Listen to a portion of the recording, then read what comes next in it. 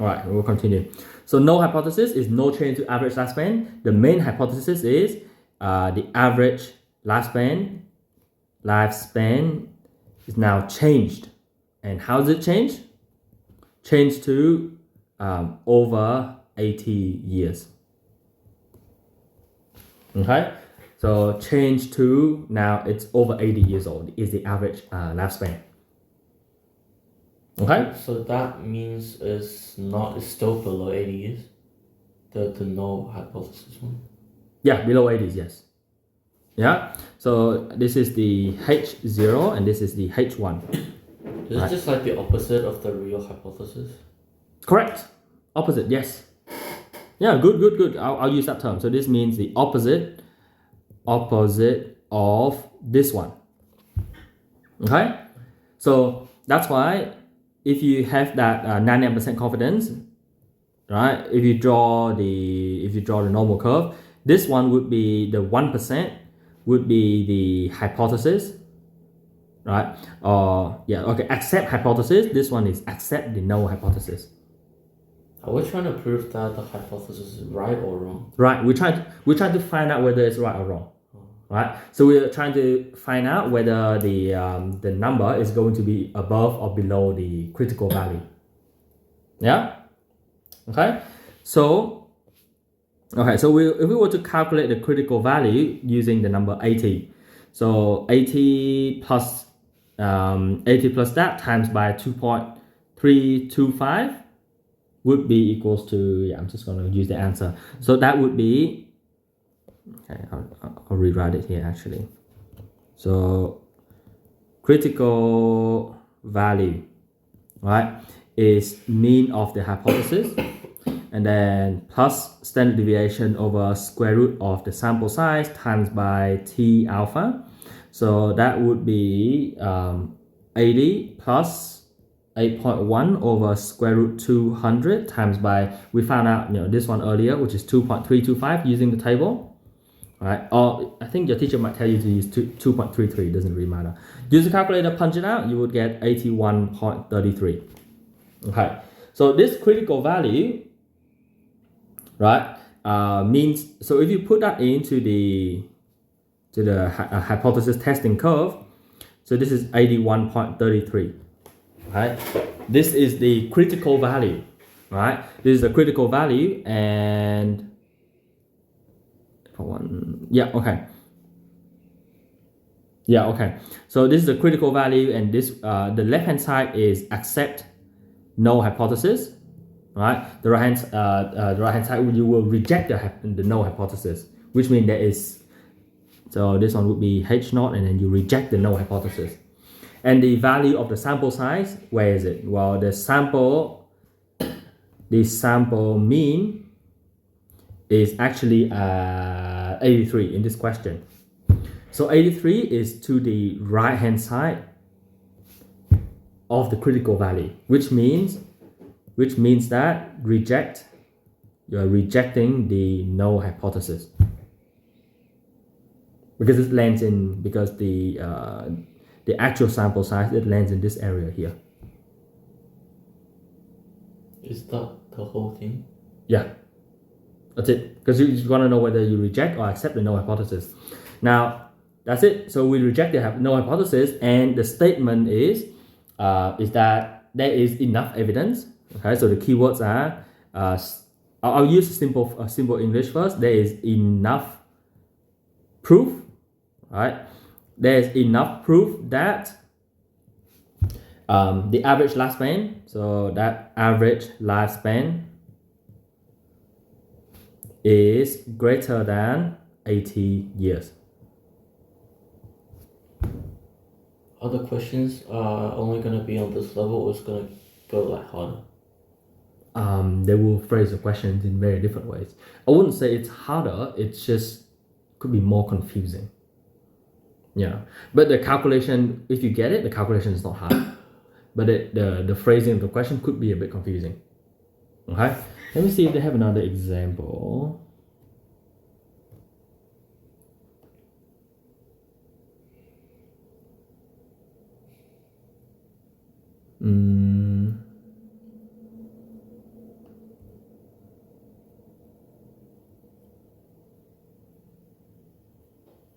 Okay, let's try this one here.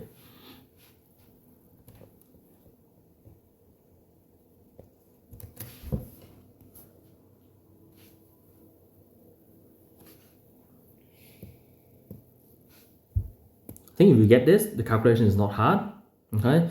But like getting the concept is, I think, the trickiest part in this chapter here. But it's okay. We're 1 week ahead. This week you're going to be okay with normal distribution. It's just next week you'll be doing these kind of questions. Okay. A sample of size 10. Right? So I'll go through the keywords here. Sample of size 10, mean of 15.1. So the sample size is 10, and then the sample mean is 15.1. Right? Or maybe I'll use the I'll use that. And then the standard deviation of 0.5 is taken from a population. So standard deviation is 0.5. And then they're saying, okay, from the sample, can we conclude that the mean of the population is greater than 15 at a 95% significance level? So would the mean of the population be greater than 15, which means that the hypothesis, right, the mean of the hypothesis is 15. Okay, because that's the hypothesis that we're trying to conclude. Oh, so it's just 15. Well, more than 15. We're saying, oh, is it going to be more than 15? Right? And we're saying, is it going to be more than 15 means we are doing the right tail. So we're looking at the right hand side of the critical value. Okay? So the right hand side of the critical value, if the sample mean falls in that area, then we reject the null hypothesis, or we say that, oh yeah, the main hypothesis is correct. Okay? Okay? And so in order to get the critical value, if it's a right tail test, you see on the right hand side here, you would start with the center, and the center would be your main hypothesis, which is mean of the H, right? And then you gotta plus some values to get to the critical value, and that is actually the same formula where you go plus standard deviation over square root n, and then you times by t of alpha. Okay, remember how to find T alpha? Now, if it's 95% significance level, to find T alpha, we are looking at the Z value, where the area to the left of that is 95%, which also means when you chop it up, it's 0.5 here and 0.45 here. Right? So in the table, you're looking at the area that's closest to 0.45, that gives you the Z value, which is the same as the T alpha value.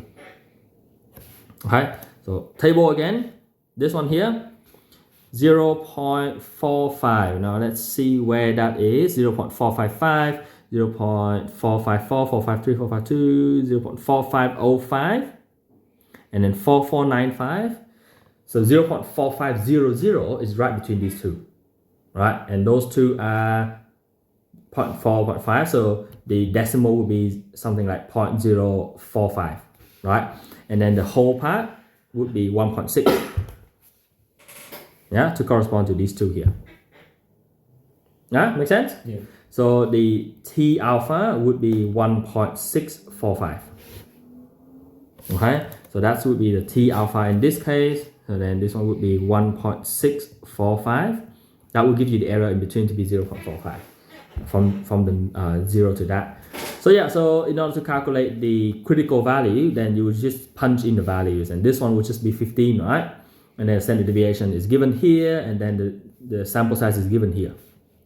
So then the critical value, C is equals to 15 plus standard deviation over square root 10 times by T alpha, which is 1.645. Okay, so just quickly get a calculator to punch that in. You can use a normal calculator. I'm using a graphics one, but it's just you can just use a normal calculator, that's fine. So 15 plus 0.5 over square root 10, and then times by 1.645. So this is 12 point. So the critical value is 12.26. Okay, So 12.26, and now can we say that, okay, is the mean of the population greater than 15? Well, the critical value is 12.26.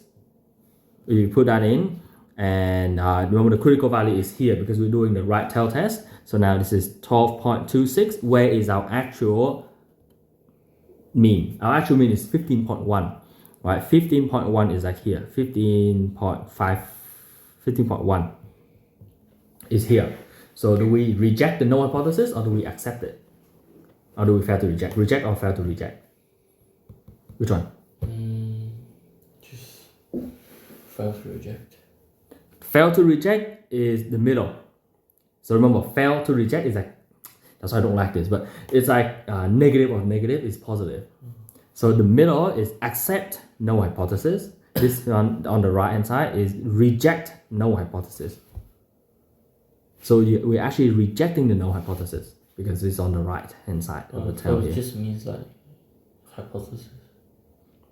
Reject the null one, which means the main hypothesis is correct, right? So you conclude that yes, there is I'll use the phrasing here. There is sufficient or there is enough statistical evidence. Again, as I said, it just means enough proof, right? Statistical evidence. Remember, enough statistical evidence just means enough proof. Okay, there's enough proof that the population mean is over 15. Okay, because we used it's over 15. Why is the value 12.26 over there and the z value is different? The z value is the same location, but this is the z distribution. Right? It's the same location. Like this is the main distribution, but on the z distribution, it will be 1.645. And on the main distribution, it will be the same area as the main distribution where it's like 0.5 here and 0.45 here.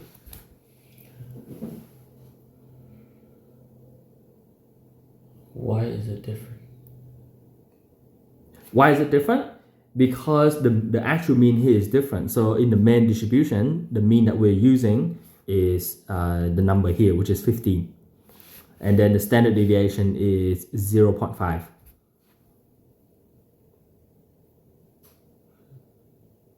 Why is it less than 15? Shouldn't it be more?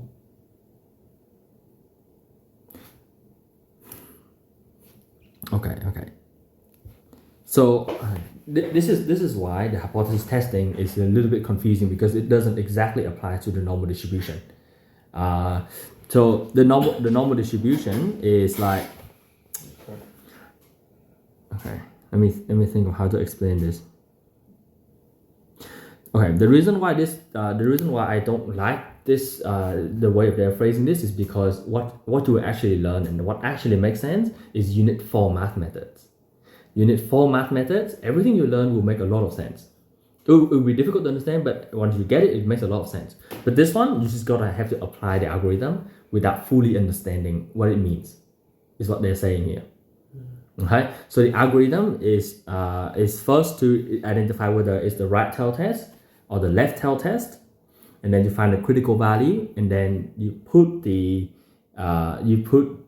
main value into that to find out whether it's to the left or the right of the critical value. So it's more like just using the equations and without like understanding it? Without being able to fully understand it, yes. Okay, so that's why this chapter is a little bit strange. I don't fully like this chapter that much. It's very important because the hypothesis testing is one of the important way for. Do you know how when you read papers like new studies found that the average human lifespan has increased by that much, right? So they say it has found that, but the only way for it to prove that is actually to do hypothesis testing. Yeah, so this is one of those things that's actually really important to know, but the math behind that it's just a little bit strange. Okay, let me get some pen and paper. I want you to try one question first. Let me find the right tail. Oh yeah, I got the book. Is it this one? Yes, that's the one. Have you started reading it? I got it today. Okay, good. Get started on it. And then if you have any thoughts on it, let me know. Yeah. Okay. I forgot to bring the book. I'm just gonna use my methods. Yeah, that's fine. So try this one again and see if you can get the same answer. So for simplification, I will not ask you to use the table. I'll just tell you the formula. So critical value is mean of the hypothesis, of the main hypothesis. Either plus or minus. You need to find out whether it's plus or minus. Right, because depending on, actually no, I'll just tell you it. So that'll be plus and then S over square root n times by T alpha. And for this question, don't worry about finding T alpha, it's just 2.325 for T alpha. Okay, so see if you can go all the way to get the final answer and make the final conclusion whether you reject the null hypothesis or you accept the null hypothesis. Yeah, so try that out.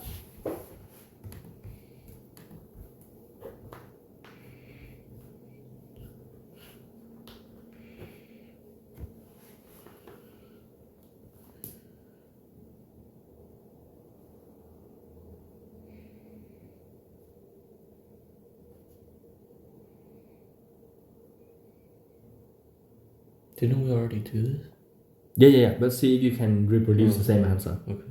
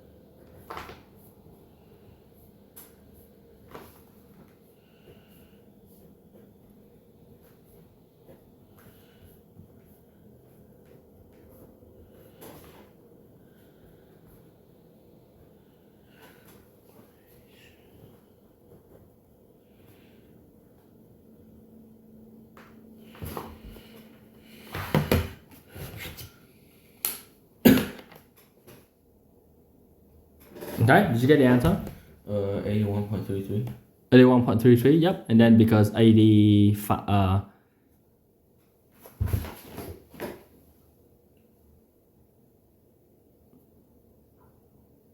wait.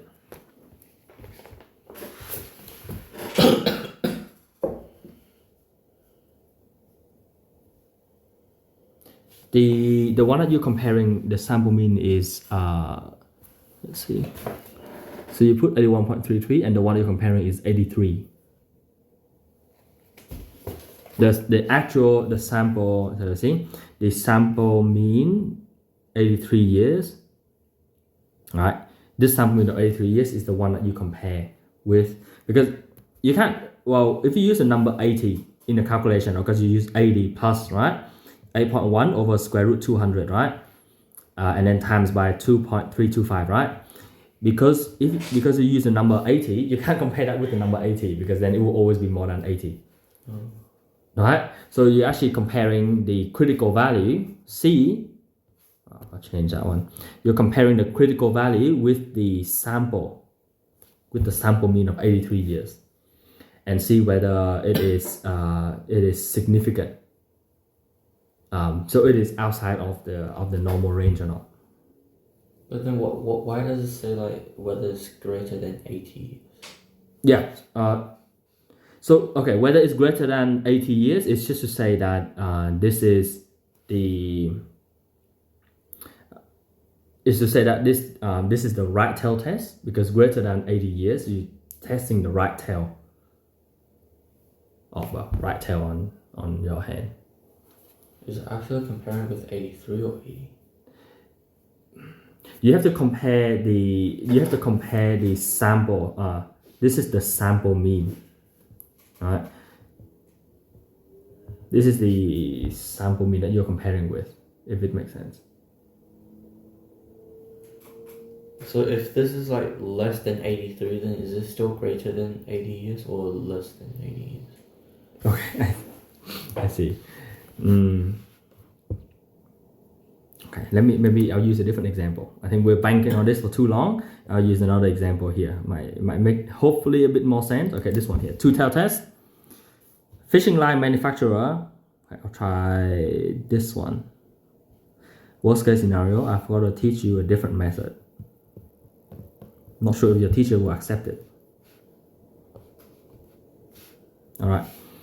So fishing line manufacturer claims that the mean breaking strength of the new product is 16 kilograms. A fishing magazine editor was skeptical about this claim and tested a random sample of 25 lines. Then the mean was found to be 15.9 kilograms with a standard deviation of 0.5 kilogram. Perform appropriate calculation to help editor test the claim at a 95% significance level.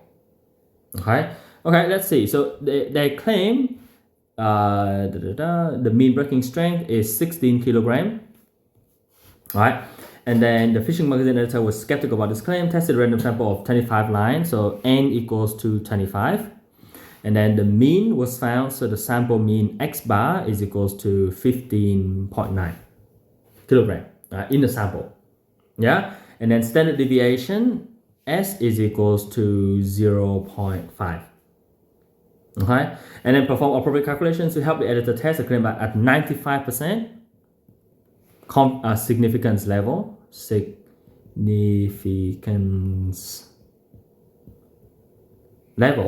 Right, 95% significance level, and then the actual mean that we are trying to that they are claiming is 16. Right, the mean breaking strength is the hypothesis is 16. Okay, so then the critical value. Okay, let me find the. Okay, so if they don't specify whether if they don't actually specify whether it's like less than 16 or more than 16, it means it's a two-tail test. Two-tail test is one where we're saying that okay, the null hypothesis is in the center. So the null hypothesis is in the center, and then the other one would be both of these two area on the two tails. They both correspond to reject the null hypothesis. Instead of one tail, it will be two tails, because they don't say whether it's, they're not claiming whether it's less than 16 or more than 16. Right? If it's less than, then you're talking about left tail. If it's more than, then you're talking about right tail. But if they don't say anything, then you have to use the two-tail test. Okay? So just remember that rule for now. So if you don't say anything, then that would be two-tail test, and then the T alpha, right? The T alpha is actually that in order to get the two values there, you need to go, instead of using the T alpha, like the area here the significance level is 95%, which means that the area in the middle, in the Z, okay, I'll draw a different distribution. In the Z distribution, the area in the middle is 95%, which means the area to the left and the right would be 2.5%. Right? Okay? So then the actual value that we use to look for the Z value, this is going to be like negative of the Z value here. Okay? And the area is 0.025. Okay? If we look for, yes, I know, actually, this is 0.025. Okay, I'll rewrite it, 0.025 here. But remember to use that table, right? To use that table, if the right is 0.025, then the middle is 0.475. Yeah, make sense? Okay, so we use that one, search in the table, find out the T alpha. Okay, so we find out the T alpha. They're doing some strange calculation here. I don't know why they would do that. Okay, anyway. So 0.4, what was it? 75, right? 0.475 is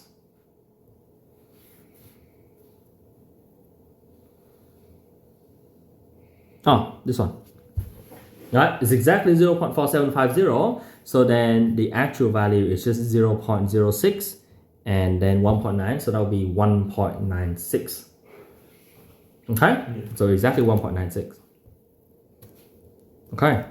So that would be 1.96 as the T alpha. But remember, now we actually need to get the two values on the two sides. Right? It's not just one critical value, but C1 and C2. The critical values on both sides. And that would be using, the formula is quite similar. So you start with the main hypothesis, the mean of the main hypothesis, which is 16. But then you got to go plus and minus. All right? Because remember, you're going to start in the center and then you plus something, then you minus something to get the two values. All right? It's symmetrical. So you plus and minus the same value. So that'll be S over square root n times by T alpha again. Okay? Yeah? All right? So then that would be, so that would be 16 equals to, 16 plus minus, not equals to. So 16 plus or minus the standard deviation, which is 0.5 over square root of 25, then times by T alpha, which is 1.96. So I write it as T alpha, but your teacher writes it as T alpha over 2. And that's because we are using a slightly different notation. I wonder if they will use the same notation as me.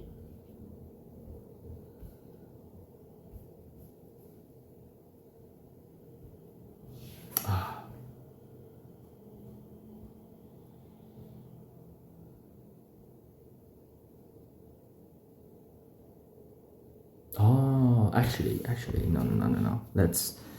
I think your teacher will give you the actual T. Wait. I think your teacher will give you the actual T alpha value. I think I found it. That's all right. It's going to be hard for you to find the T alpha here. I should just give you it.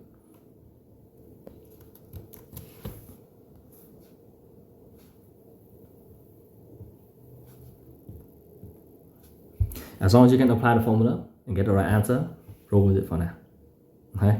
So no need to calculate like for the things anymore? No, I don't think so. I'm pretty sure they will give you this because it's quite difficult to calculate the value. Okay? So they most likely give you these values here in this table, and then you just gotta understand the formulas and apply the formulas. Oh. Okay? For two-tailed test, alright? Two-tailed test, the one I wrote earlier is this one here.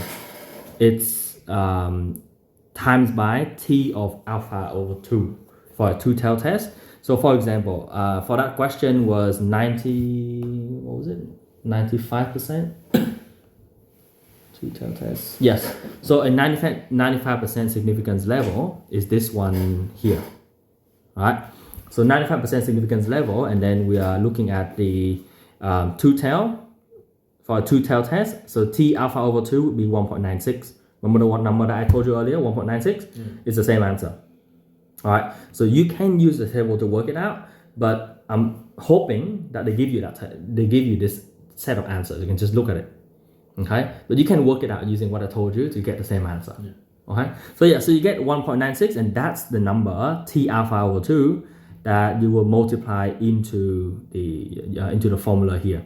So it's the same thing. It's basically that one there, but hopefully you don't need to actually calculate or use the other long table to get the 1.96. Hopefully you can just look at that and be like, yep, 95% T alpha over 2, 1.96. Okay, and then when you calculate this one, you would get let's see, 16 plus 0.5 over square root 25 times 1.96.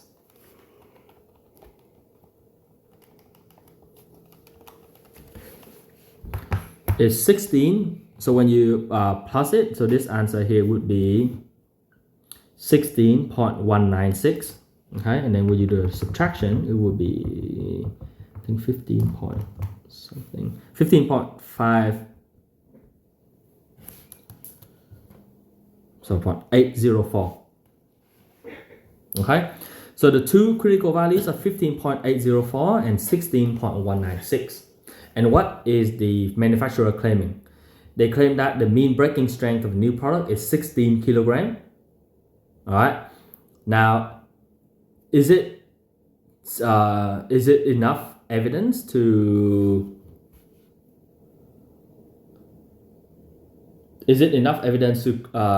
see that the claim is correct?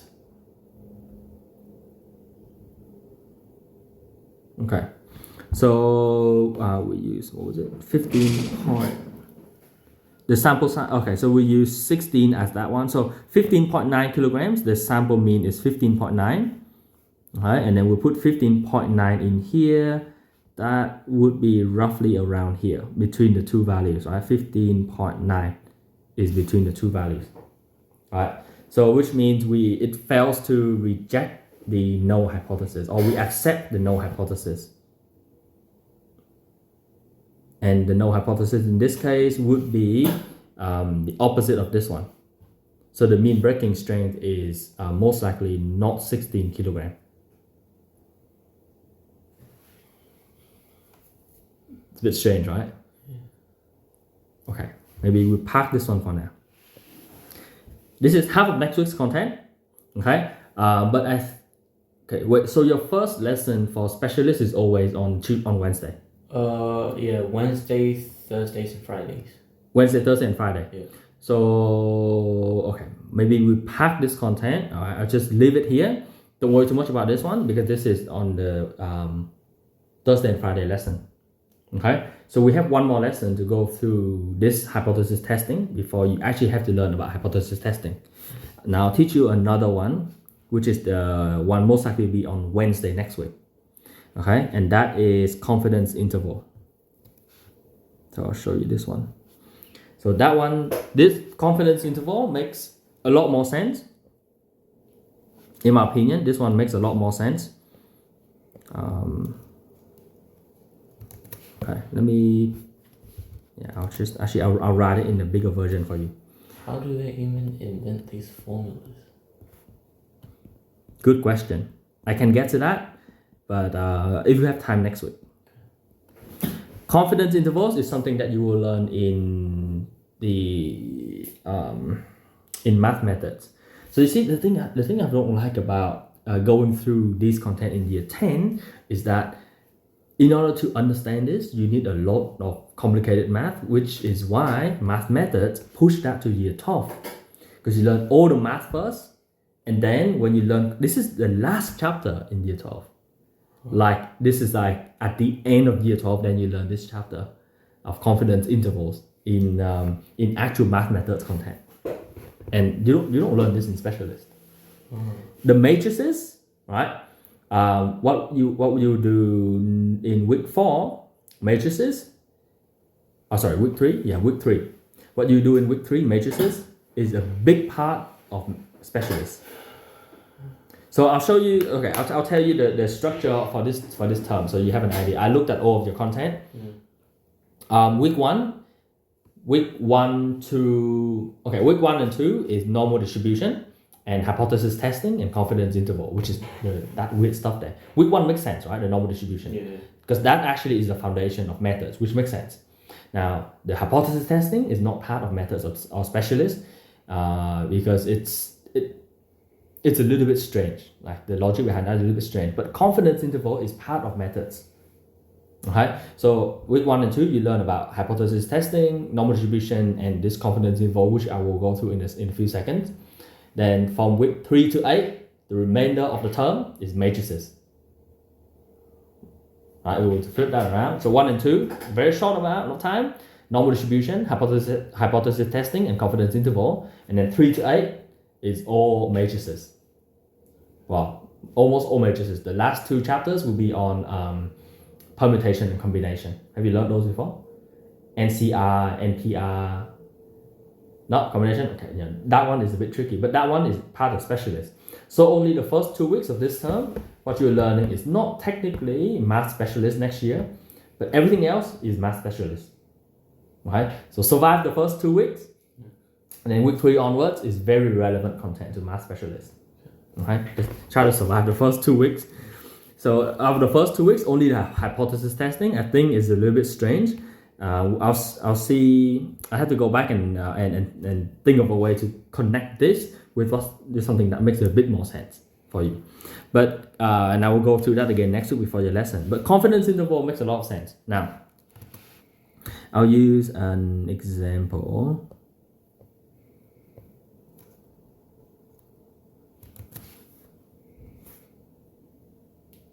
Okay, I'll put these values in first. Okay, so this is most likely what they will give you, so you don't have to calculate these values yourself for the z-score and stuff. It makes more sense than the other one. I'll use this example.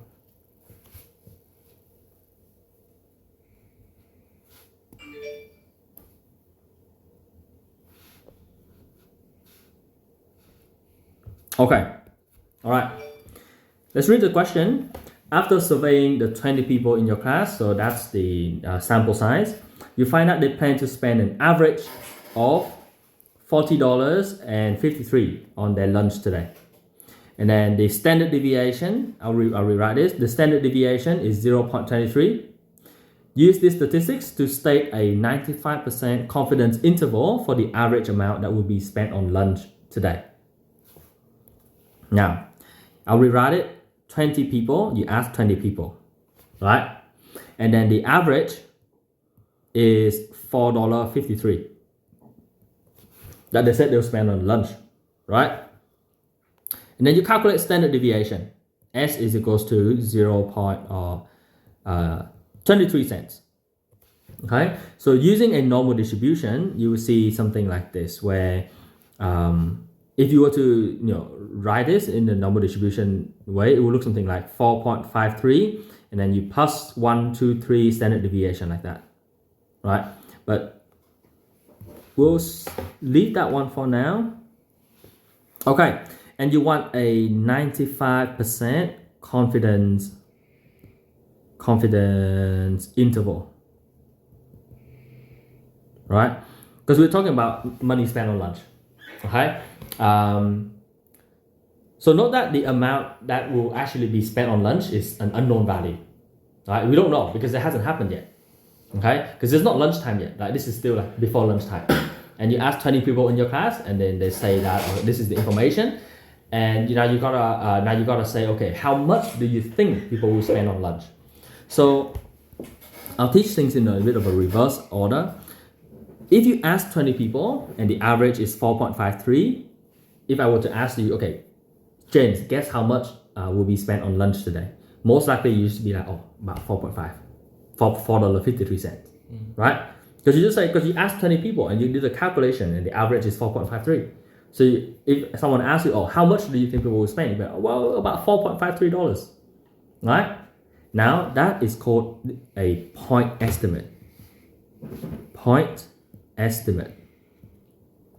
point mean is literally a point, right? The point is 4.53. Like on the number line is a point, right? And then I say 0 is like here, right? So 4.53 is the point. A confidence interval is an interval estimate. Okay, it's a little bit different. A confidence interval is an interval estimate. So instead of saying I think, right? Instead of saying I think $4.53, like 1 point, $4.53 will be spent on lunch. But come on, surely it's not going to be $4.53, right? It's going to be, like some people will spend more than that, some will spend less than that. But what's the variation? How accurate is your estimate? So if you want a better estimate, you want to say something like, I am 95% confident, right? Confident that a certain interval, something and something between two values will contain the actual average, the actual amount of average amount.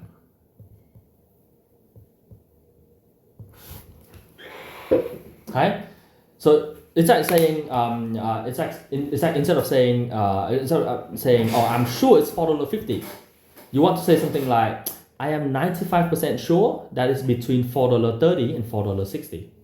Right, that one sounds more accurate, right? Rather than just saying 1 point.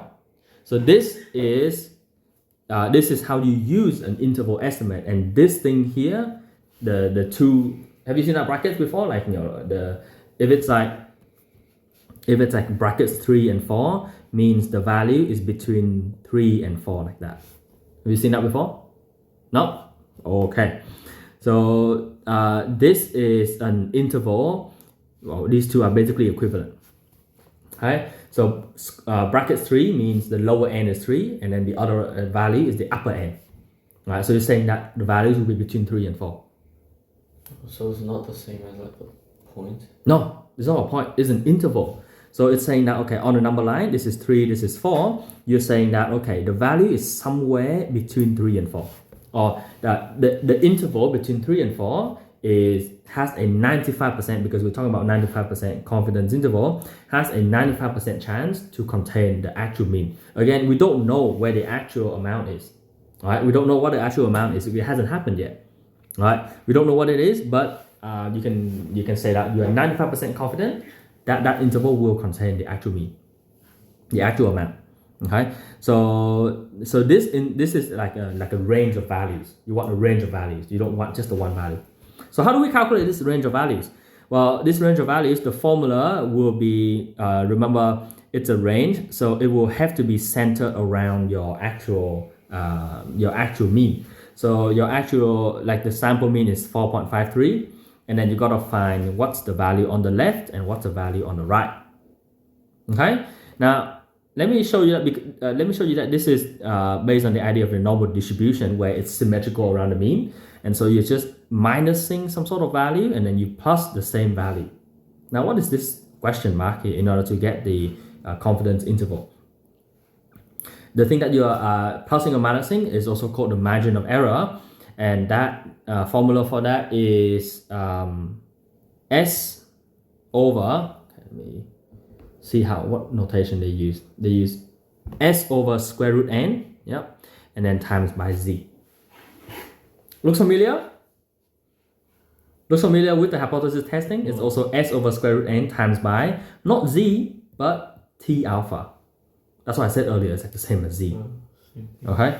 Same thing as Z. So this formula is, so this thing that you're adding and subtracting is Z times S over square root n, or if you want, you can write that times Z. So it looks like the same as the hypothesis testing. Same thing. Oh yeah, same thing. So that would be like in the middle of the graph. Which one is in the middle? The 4.53? Yeah. Yeah. Oh, yes. Yeah. Okay. So you're finding the two values where you want 95% confidence, which means the area between the two values will be 95%.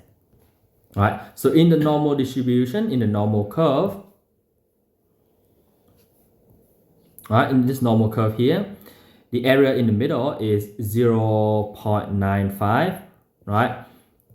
And this one would be your, this interval here would be your confidence interval. And it's centered around 4.53. Okay, all right. So yeah, so in order to calculate, you just use the same formula, S over square root n times by Z. And remember, Z is like the same, Z is like the value, but with the same area of 0.95 in the middle. But then the Z value here, and this is minus the Z value, this one will just be on the standard normal distribution of 0 and 1, 2, 3. Okay, so the standard normal distribution has the mean equals to 0 and then the standard deviation equals to 1. Okay, then you use the same idea that I showed you earlier and calculate the Z value. So what would be the area that when you look into the table if you are not given the Z value? 0.95 divided by 2. Yeah, correct, or 0.475. Right? But assuming that they give you the table at 95% confidence interval, the number is 1.96. We just did that number before. Remember, 0.475, 0 in the table is 1.96. So you can just find the same thing from the table. So yeah, so that would be 1.96, right? 1.96 here. Okay.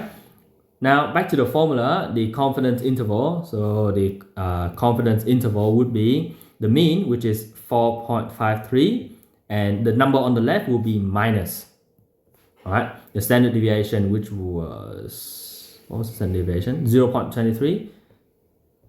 All right, 0.23 over square root of the number of people you asked, which is 20. And then on the right hand side would be 4.53 plus, oh sorry, I forgot. You're supposed to times that by the Z value, which is 1.96. Okay, and then on the right hand side would be 4.53 plus the same thing.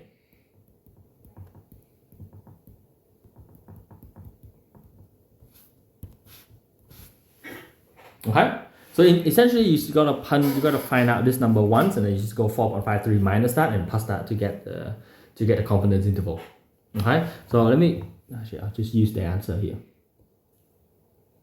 Okay, so the answer would be, if you actually work that out, would be 4.43 and 4.63. Okay, what does that mean? You conclude that the 95% confidence interval, right? The 95% confidence interval is $4.43 and $4.43 and $4.63. Okay, so yeah, so what you can say, right, the interpretation is, if you do 100 of these intervals, right, remember, like if you ask 20 friends of yours and then you get this one answer for now confidence interval, that's only one interval, right? When you repeat that experiment 100 times, or let's say you repeat that, say 20 times, okay, 95% of them will contain the actual mean. So it looks something like this. 4.43, 4.63 is like, let's say if I draw it as an interval here, so this is 4.43, 4.63. A little bit small, but it's basically just the same number. Okay, 4.43 and 4.63. If I were to redo the experiment, I ask the different set of 20 students, all right, then I might get another interval that looks something like that. All right, and if I keep repeating it and get more and more confidence intervals, right? Because every time you ask will be a little bit different, right? Every time you ask, you get the average, it will look a little bit different. So if you keep on asking more and more people, right, you get more and more confidence intervals. So let's say if we have 20 of these, so I'm just going to,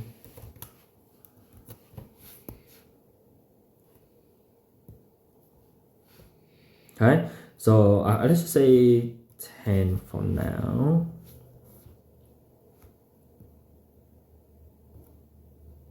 Okay, let's say we have 10 for now. Okay, and let's say these are 90% confidence interval. Assume these are 90% confidence interval. So what I'm trying to explain to you is what's the meaning of the confidence interval? Okay, what's the meaning of it? So assuming these are 90% confidence interval, you can think of it as each interval has, well, instead that if there are 100 intervals, 90% of them will contain the actual mean. And remember, the actual mean is how much on average people spend for the lunch break. Oh, so that's why you put like the one outside? That's right. So if the actual value, and we don't know what it is, but if the actual value is here, then it makes sense. So this is the actual mean. This is a actual mean, right? So you see, you will have like a bunch of them will contain the mean, but one of them, 1 out of 10, will not contain the mean. So that's the meaning of a 95% confidence interval, right? All of them will cross through that. The mean will be within those two. So for example, if this number is like 4.3 and this is 4.5 and the mean is like, say, the actual mean, if you ask every single student that lunchtime and then you calculate, it could be, say, 4.47, for example, right? So it's within this interval, right? But this interval could go from 4.2 to 4.4. So it does not contain 4.47, right? And a 95% confidence interval is basically saying that if you do 100 of them, only 90 will contain the mean, 10 will not. Does that make sense? Yeah? So that's the meaning of the 90% confidence interval. Will it be exactly at 90% or sometimes there's like one? Of course, it will vary a little bit, right? But on average, if you do like a million, then 90% of the million will be pretty close to 90%. Right? But the actual value will be will not be exact, because the idea of that's the idea of sampling, and that question of yours will be answered in Unit 4 Math Methods. As I said, Unit 4 is the most interesting one. They will teach this concept much better. Right? Much better than what your teacher is going to go through with you. I look at the examples and I'm like, these are not bad. It's not bad, but it might confuse you more than they actually explain. But at least this confidence interval makes sense, right? This one makes sense. Yeah. The hypothesis testing, on the other hand, that's the part that if as long as you know how to do the calculation and get to the answer, write the right answer, to be happy for that, because you won't see that again in methods and specialists. They teach that because it's important and it's an application of the normal distribution. The normal distribution, that curve there, you see it again. Okay, I'm pretty sure you see it again in both methods and specialists, Unit 4. Right, so the normal distribution, yes, 100%. But the hypothesis testing, not quite. Just try to follow along, be able to work it out, be happy with it. Okay, but the confidence interval makes sense. Okay, so let's see. Okay, let's try this.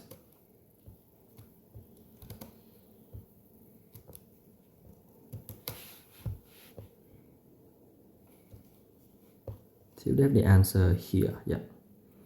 Okay, try this one.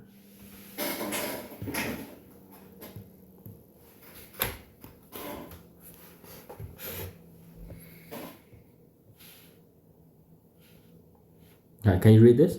Yeah. Okay.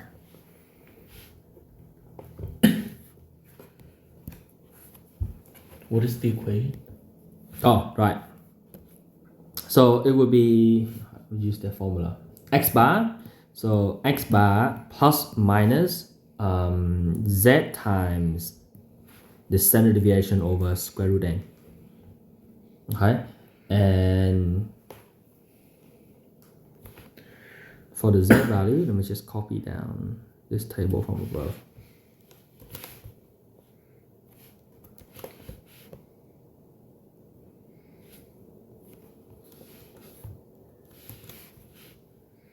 Alright, so that's the table for the Z value.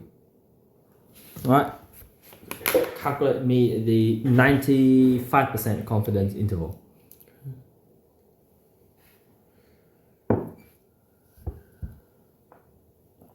Is it 2000 or 2 points? 2314.